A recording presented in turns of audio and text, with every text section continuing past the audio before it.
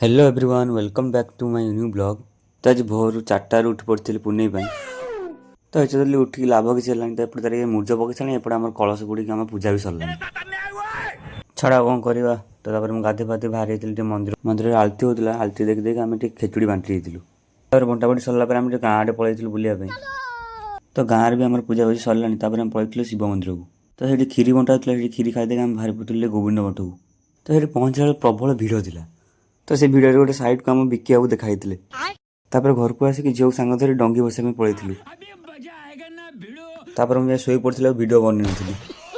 तो सन्ध्या आम पलू जलखिया खायापी ये तो खाया देखिले खाली घर को देखला जीजू हरिया सब आसते देखा करदे आम पलू गाँव आड़ को आज भोजी था। तो ये बंटा बंटी करदे आम बजाई खायापी।